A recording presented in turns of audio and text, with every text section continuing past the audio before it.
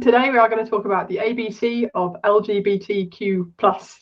So our goal is to try and demystify what those letters really mean and to briefly introduce some of the concepts that sit beneath them. And we were hoping that if you have questions, you can just note them down in the chat channel as we go through, and then hopefully we'll have a bit of time to talk about them at the end. So over to you, Mathilde. Yeah, so I just wanted, first of all, it's really cool to be able to share that to everyone. So I'm very happy for this first session. In terms of, I really wanted to start with some rules of the presentation, right? It's important to know these rules. Being clumsy when you talk about LGBTQ+ and asking questions about that is totally okay, as long as you have good intent. So really what does it mean is don't fear to ask any question on the chat, because you're here to learn, you're present in this session. So that's really what matters. Also, what I wanted to say is that LGBTQ+ is not only part of our personal lives, but it's also part of our day-to-day. It affects us as persons. And it also is part of every conversation. When you talk to a colleague about their weekend, for example, if they are not out, that might create extra stress. That happened to me in the past. So just be mindful of that actually it's part of everyday conversation at work. And so most importantly, visibility matters. So if you have any questions, please voice them, because that's the most important. So just wanted to start with those few rules, if that's okay. Cool. And now about LGBTQ+. So it's one acronym, right? We often know about it, longer or shorter, but the one first thing to say is that they don't mean the same thing. So we are actually covering two different concepts when we talk about LGBTQ+. We talk about affectionate orientation, which is the LGB, often queer, and also the A community, which is basically the asexual community. So here we talk about the affectionate orientation. But with the T, and also the queer sometimes, or gender queer, there's also non-binary, but the umbrella, let's say, under the T is referring to gender identity. So these are two different concepts, and Bella and I will use a nice framework today to help you understand a little bit the spectrums that there is around these two areas. Well, under them actually. Can I ask a question? Just if you go back one slide. So there was a program I was watching where it clicked for me about, you know, affectionate orientation and gender identity, and then this will be clumsy, so I apologize. The third part of that then, or where is it a third part of a physical sexuality? You know, a female having female bits, a male having male bits. Does that belong in this picture anywhere? Yeah, that belongs in it. And go ahead, Bella. Oh, I was going to say that's coming, so bear with us. Okay, perfect. Okay, thank you. At the end, ask that question again, because okay, perfect. Okay. Yeah, but thanks for the question. Yeah, that's a good one. Yeah, we'll talk about that in a little bit. So just to go through the LGBTQ+ letters very briefly. So first, a few things before going into the L, really, a few disclaimers about this LGBTQ+ thing. What is important is that this is an inclusive acronym, and it often comes with a plus to just define that there is actually a number of orientations, and you have versions of these acronyms that have 20 letters. So just bear in mind that it's trying to be inclusive. It's also a lot down to individual experience. So two person identifying with, say, the same letter can have a different experience and can feel slightly differently. So that's important to bear in mind. They are not binary things per se, like not defined boxes, but more spectrums. And what is important to know as well is that these identities change over time. Some person might identify as bisexual as a time in their life, and then move to say the B or the G or even the T. So people change their experiences and their identity over time. So just Bella, going very quickly through the letters that most people know. So actually a lesbian is someone who identify as a woman, and that's important to, that's an important part. So it's not a woman, but someone who identifies as a woman whose primary sexual and emotional attraction is to other women, identifying as. Gay is a more broader term, but it's basically a person who feels sexual or emotional desire for a person of their own gender. It applies to all genders, and so I, for example, identify as gay as a woman. So it's a broader term, as you know, and it's also a broader the gay movement, so the gay liberation. So it's more around the pride movement as well is also referred to as the gay movement. So that's that. A very interesting one that evolved over time is bisexual. It's actually a person who is emotionally and or sexually attracted to one or to more than one gender, meaning that it's really inclusive, and it includes today non-binary people. And the word changed to include also the word bisexual, so it's actually broadened. Bisexual is an older term that comes from when people had a very binary vision of gender, and now pansexual is for people who feel attracted to people regardless of their gender. So there's a slight difference, but sometimes they are.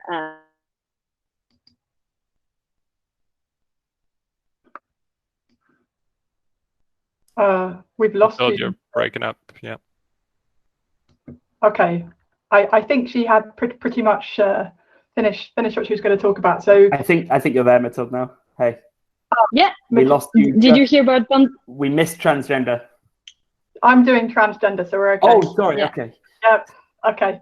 So transgender, or also often referred to as trans, which is fine, is an umbrella term for anyone whose gender identity doesn't match the sex and or gender that they were assigned at birth. So this is the point in the letters which Mathilde pointed out earlier, where we have a difference between who you were attracted to, lesbian, gay and bisexual, and gender, which is transgender, and trans is much more about gender.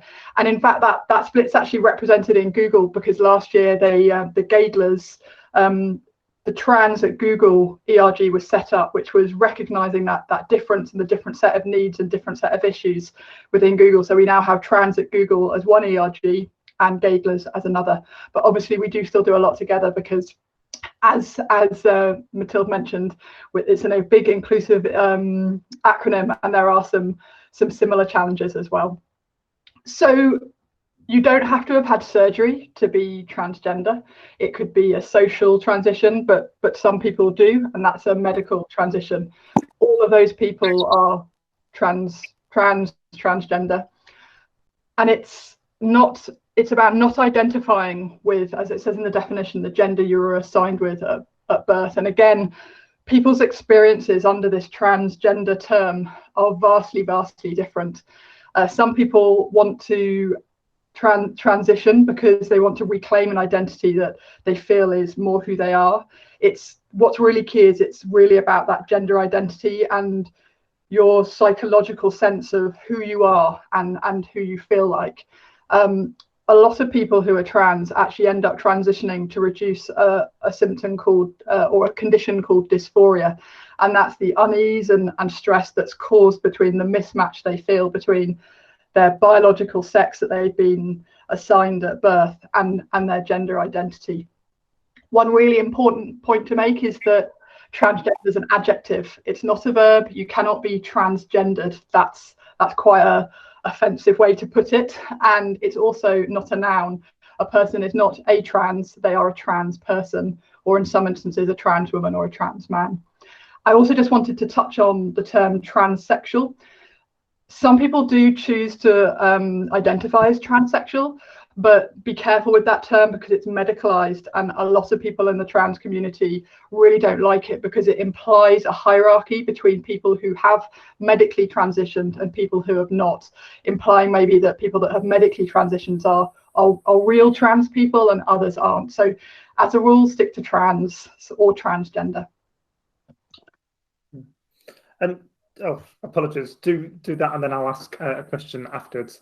Okay, queer. So queer used to be a slur, certainly in the sort of 80s and 90s. That was the case in the UK, but it's actually a term that the LGBT plus community have reclaimed. But for some people, they still associate it with some negativity. So let other people identify themselves as queer. And I think Mathilde, that's something that I just wanted to add one thing, because I identify as queer, for example, because in France it has this, it's a very empowering term. It's quite political, and so I identify as it as well, because for me it's uniting the gay girls, the gay community. But for example, in Ireland, my colleagues, for example, in Google Dublin, they feel very strongly against the queer, because Ireland hasn't reappropriated in any way this term, and they feel very bad mentioning queer allies or gay people. So so it's to use with care and just listen to the other people if they refer to themselves as queer, but don't assume they feel like that. Thanks, Mathilde. And lastly, the Q stands for questioning. So that's just about being, Q stands for queer or questioning. Different people use different terms, and that's about when you're just not sure about your sexual romantic orientation or gender identity. And lastly, the plus. So there are quite a few things under plus, and we are going to get the help of a unicorn to explain that. Duncan, are you okay to come to your question later on? I can, yeah. Brilliant, yeah. Thank you. So first of all, I just want to give a bit of a disclaimer. There's a couple of frameworks like this. One's called the gender-bred person and the other's the gender unicorn. There's some controversy around them because they view it as oversimplistic, and the reality is much more complex with many more intersections. But the reason Mathilde and I wanted to use it is actually it's a really great jumping off point to start to understand the different dimensions of the whole umbrella and help people try and understand what the different pieces are. The key message here is always go with how a person identifies themselves. They don't fit into buckets. It's about spectrums and who you feel you are, and it can be very complex and everyone's experience is different. So first of all, gender identity. This is your internal sense of being male, female, a girl, a man, boy, etc., or any other gender. Everybody has a gender identity, and for transgender people we talked about earlier, often their gender identity is something different to the sex that they were assigned at birth. One quick point on that. So sometimes people identify as trans men and trans women. Be careful, as that there's quite a lot of stuff in the press at the moment around that, with people like J.K. Rowling taking a very clear stance.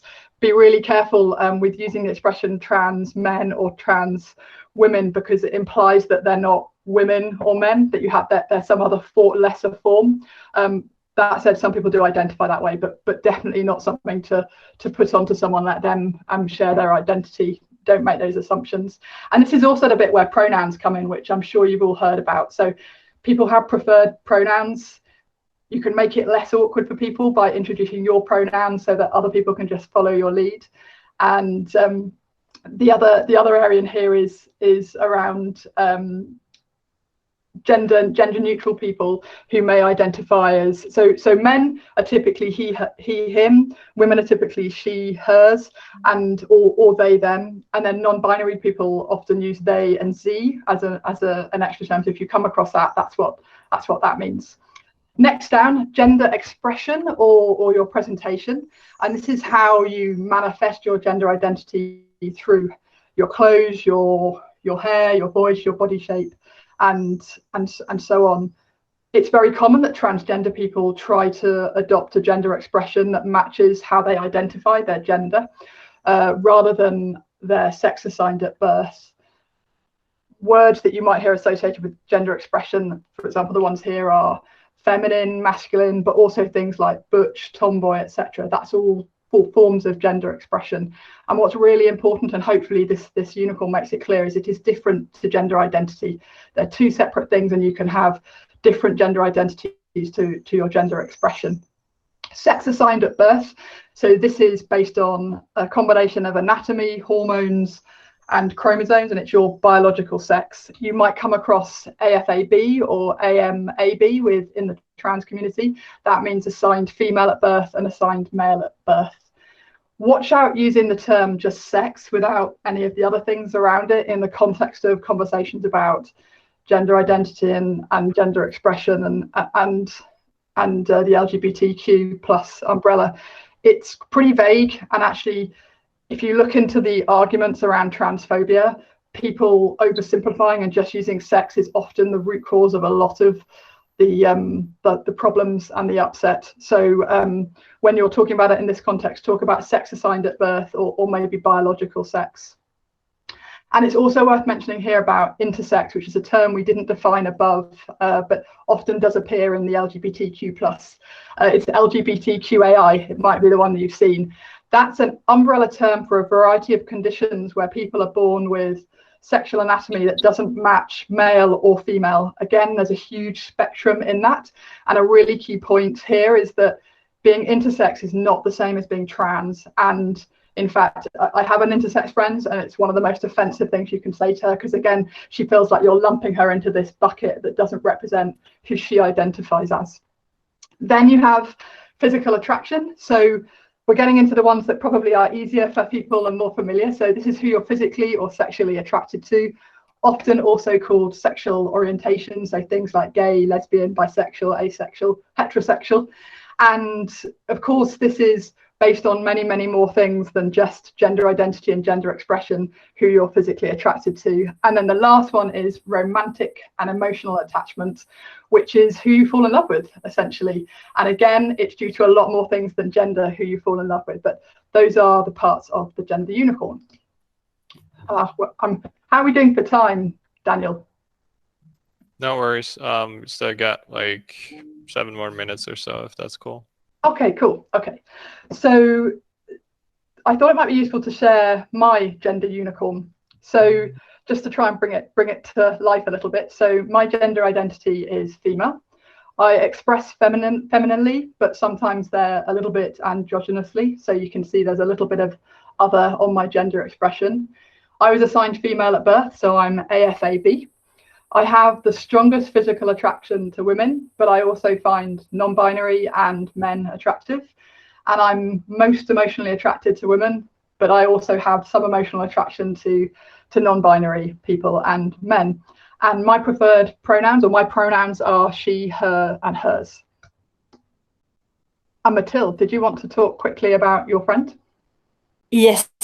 Yeah, as Bella and I, we have the a very similar gender unicorn. I wanted to share the example of a friend of mine who is trans, and he works with me in Dublin. And actually, on his gender identity, he identifies as a man. On his gender expression, he presents himself very masculinely, but his sex assigned at birth is female, is associated to female. So he made what we call a transition. He transitioned to present himself and identify himself to the outside world using he and him pronoun when he was around 20. He's physically attracted to all genders. People identify him as women, as men, and also other genders. And same for emotional attraction. So I thought of sharing this example to show you that actually a transgender person might not automatically, for example, be straight, and that's sometimes a misconception. So yeah, transgender people can be gay, transgender people can be pan, and also this idea of transition. Thanks, Mathilde. And then I don't know whether anyone realizes, but last week we had International Non-Binary People's Day, and a friend of mine, Ella, who's non-binary and sort of came out officially on Facebook last week. And I just thought she wrote this post, and I thought it was a really good expression of the lived experience of a non-binary person. So I'll just let you take a moment to read that.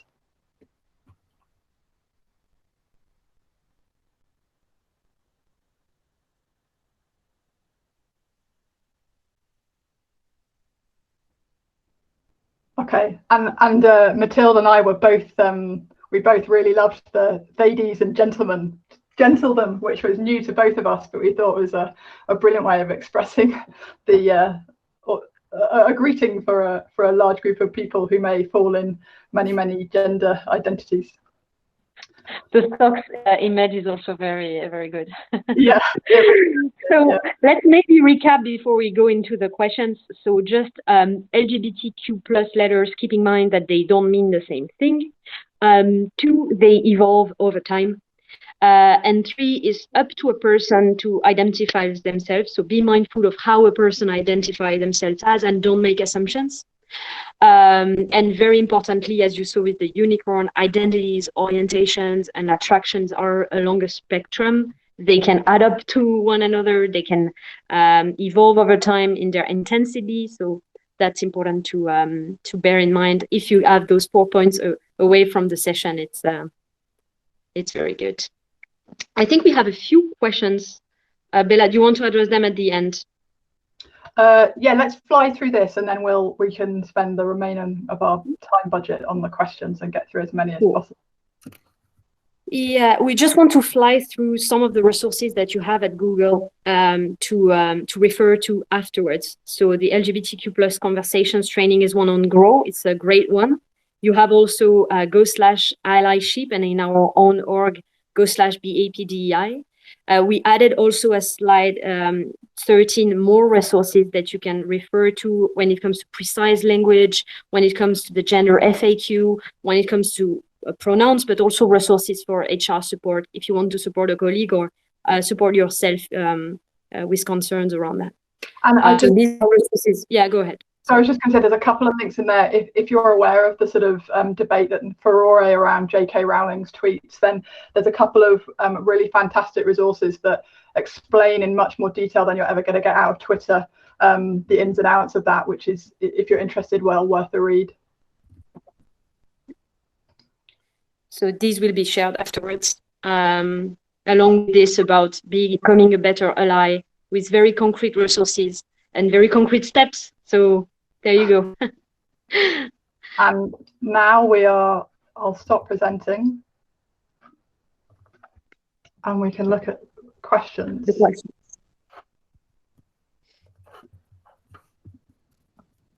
So we have one from Dom.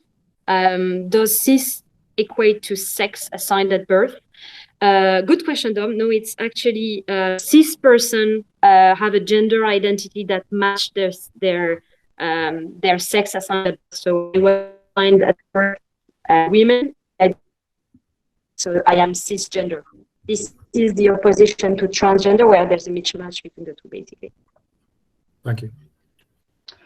And Paul's asked, gender identity, is that a way of saying your sex now?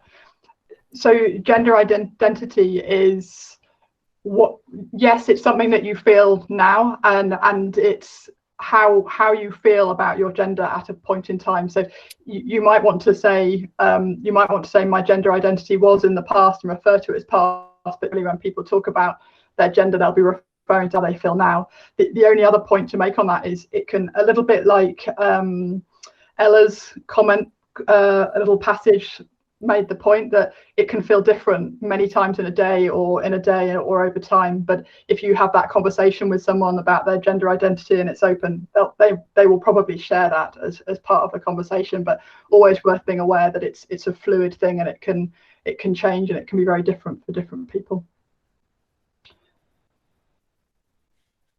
Duncan, the definition I was about to ask earlier. Thank you. The definition of gay said, someone who is not straight. How does that make you feel? Oh, is that a question? How does that make? I'll let you. Yeah. How does that make you feel? Because, like, in a business sense, if you had done a deal or a transaction with someone, if you were then to refer to them as not straight, that would indicate that kind of they are corrupt or they're not quite as honest. I don't know. Just when it was on the screen, it really made me think about how I would feel in that position. If someone said that I wasn't straight, would I feel like less of a person, and I just wondered. So personally, I'm not a huge fan of expressing it as not straight, and one term that comes up a lot is straight allies, and so I prefer not to use the term because of the implication that you mentioned. I don't think generally when people say it, they're thinking in those terms, but it's a little bit in some ways like queer, in that queer is, the other meaning for queer is actually potentially has negative implications. But I think we claim those words and we use them in a different context, so it's okay. But I love the question because it's just highlighting and thinking a little more deeper about things, and it's something that I try and avoid using. And in a previous life, I was involved in setting up an ally program, and I rebranded it from straight allies to LGBT plus allies for exactly that reason. Oh, and the reason that within the umbrella, there are lots of different experiences and we can be allies to one another. So you don't have to be straight to be an ally. Okay, yeah. Thanks for the question. Straight allies sounded like allies for straight people, so I got super confused with what you were talking about there. Okay, nice. Do you want to go next, Mathilde, on answer Sean's? It's not a question, it's just something cool. Oh. If anyone likes this show, the guy who played Jesse Pinkman in Breaking Bad, it's the first time I've ever seen a TV show where they kind of deep dive into the difference between sexuality and attraction, and they kind of break down these terms in like a TV show that's kind of made for stoners in their 20s. So awesome. Super nice if you're lazy, if you want to check out this stuff, okay? Cheers for the recommendation, Sean. Okay, so Mathilde, would you like to take Ozan's? Gender is it? Sorry, is it easy, straightforward to assign other nowadays at birth in the UK? Ah, that's a good one. Actually, I have no answer for this one. Maybe a better one for me. So first of all, I didn't know that this was possible, so it's news to me. So it's pretty uncommon in the UK to have other assigned at birth, and that's part of the challenge. There's a whole generation of people that were categorized into one or the other gender assigned at birth because other wasn't really an option. And you probably noticed well, you might not have noticed, but hopefully you'll notice now when you fill out forms, it's very, very often male or female, and there's no other option. Sometimes there's prefer not to say. Very few people attempt to classify that, and Google's actually been doing their best to change the systems that we have, especially external facing ones, to try and introduce those options and be able to cater for everybody's gender identities. But in UK systems, government systems are just as bad as a lot of companies. It's very common that it is not straightforward, and it has all sorts of implications. So especially when you're getting medical treatment, you're categorized into male or female, and then certain things aren't available to you. So for example, someone that's, am I saying something funny? There's something in the chat. No, not at all. Oh, sorry. Oh, I see. Sorry. Okay. Daniel just posted an ISO specification for gender, and I just couldn't deal with it. Oh, Carry on, Bella. Sorry to interrupt. I saw everyone laughing. I was like, what have I said? Okay. So for example, an intersex person that potentially needs some treatment that's specific to being a woman or a man, do they stay on a women's ward when they're given the drugs? Are they drugs that are normally prescribed to men or women when they're given counselling? Let's say they get in trouble with the police. Do they go into a women's facility or a man's facility? Then you have the whole the really famous restroom with men, ladies and men debate.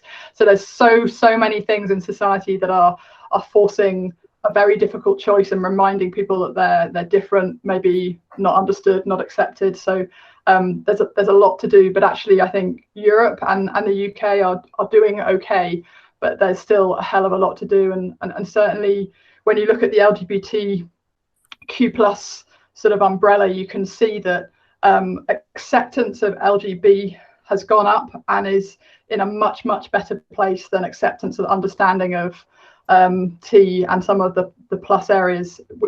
Part of the reason that Mathilde and I wanted to talk about this today, to sort of, I know some of you are really well informed on this, but to help get sort of level set a base level of understanding for you all, which is the first step to sort of understanding their lived experience and trying to to help make that experience better. But thanks for the question, Ozan.